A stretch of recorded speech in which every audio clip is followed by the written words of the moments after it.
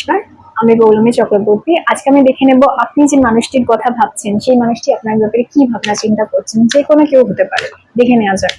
এই রিডিংটাকে ক্লেম করার জন্য লাইক, শেয়ার, সাবস্ক্রাইব করতে হবে, ফেসবুক দেখলে ফলো করতে হবে। চলুন দেখে নেওয়া যাক। আচ্ছা, দ্য রানার। আমি দেখছি আপনি যে মানুষটির কথা ভাবছেন সেই মানুষটি কিন্তু কোথাও না কোথাও আপনার থেকে দূরত্ব বজায় রাখছে বা আপনার থেকে দূরে দূরে থাকতে চাইছে, এরকম কিন্তু আমি একটা পরিস্থিতি দেখছি। তো এই মানুষটি কিন্তু কোথাও না কোথাও ভয় পাচ্ছে, প্রচন্ড পরিমাণে ভয় পাচ্ছে। আপনি যদি সেই মানুষটির মনের মানুষ হয়ে ওঠেন বা আপনি সেই মানুষটির বড্ড কাছের হয়ে যান, সেই ভয়টা কিন্তু এই মানুষটি পাচ্ছে আমি দেখছি। এই মানুষটির অতীতে এমন কিছু হিস্ট্রি আছে বা ইতিহাস আছে যার জন্য এই মানুষটি নিজেকে ওপেন করতে বা নিজের মনের দরজাটা খুলে দিতে কিন্তু ভয় পাচ্ছে। আমি দেখছি এই মানুষটি কোথাও না কোথাও প্রচন্ড পরিমাণে, যেটা ইন্টিমেসি যে ব্যাপারটা, মানে কারোর সাথে সমস্ত কিছু শেয়ার করা, একটা মানুষকে নিজের করে নেওয়া, সেই যে ব্যাপারটা, সেটা প্রচন্ড পরিমাণে ভয় পায়।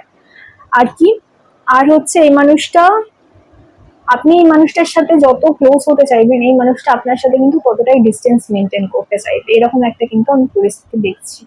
অর্থাৎ এই মানুষটি কোথাও না কোথাও নিজের উপর থেকে নিজের উপর থেকে তার একটা কনফিডেন্স কমে গেছে এবং কোথাও না কোথাও এই মানুষটি নিজের কাজের যে কাজটা রয়েছে সেই কাজের উপর কনসেন্ট্রেট করতে চাইছে। কোথাও না কোথাও এই মানুষটি এই মুহূর্তে কারোর সাথে কোনোভাবে খুব বেশি ঘনিষ্ঠতা তৈরি করতে চাইছে না, এরকম একটা কিন্তু আমি পরিস্থিতি দেখছি। আর কি, ওল্ড স্কুল বা আউটডেটেড ফিলিং কাজ করছে, ঠিক আছে। তো ওল্ড স্কুল বা আউটডেটেড ফিলিং কাজ করছে। আমি দেখছি কোথাও না কোথাও এই মানুষটি, যে মানুষটির কথা আপনি ভাবছেন, সেই মানুষটি নিজের যে কারেন্ট ফিলিংস রয়েছে, তার যে কারেন্ট ফিলিংস রয়েছে, সেই কারেন্ট ফিলিংসটা হচ্ছে এই মানুষটি কিন্তু একটু কনজারভেটিভ। মানে আগেকার দিনের মানুষ যেরকম ভাবনা চিন্তা করতো যে একটি মানুষই সাথেই সারাটা জীবন কাটাবো এবং সেই মানুষটির সাথেই আমি ঘনিষ্ঠ হব এবং সেই মানুষটি আমার সারা জীবনের সাথী হবে, এই ধরনের যে ভাবনা চিন্তা, সেই ধরনের ভাবনা চিন্তা কিন্তু এই মানুষটির মধ্যে কাজ করছে। আর কি, আমি দেখছি এই মানুষটির মধ্যে কিন্তু রিপ্লেইং ইভেন্টস, মানে আপনার সাথে তার যে মেমোরিজ গুলো রয়েছে বা আপনার ব্যাপারে ভাবনা চিন্তা কিন্তু তার মধ্যে কিন্তু কাজ করছে। এই মানুষটি কিন্তু আপনার ব্যাপারে ভাবনা চিন্তা করেন যে না, সেরকম কিন্তু নয়।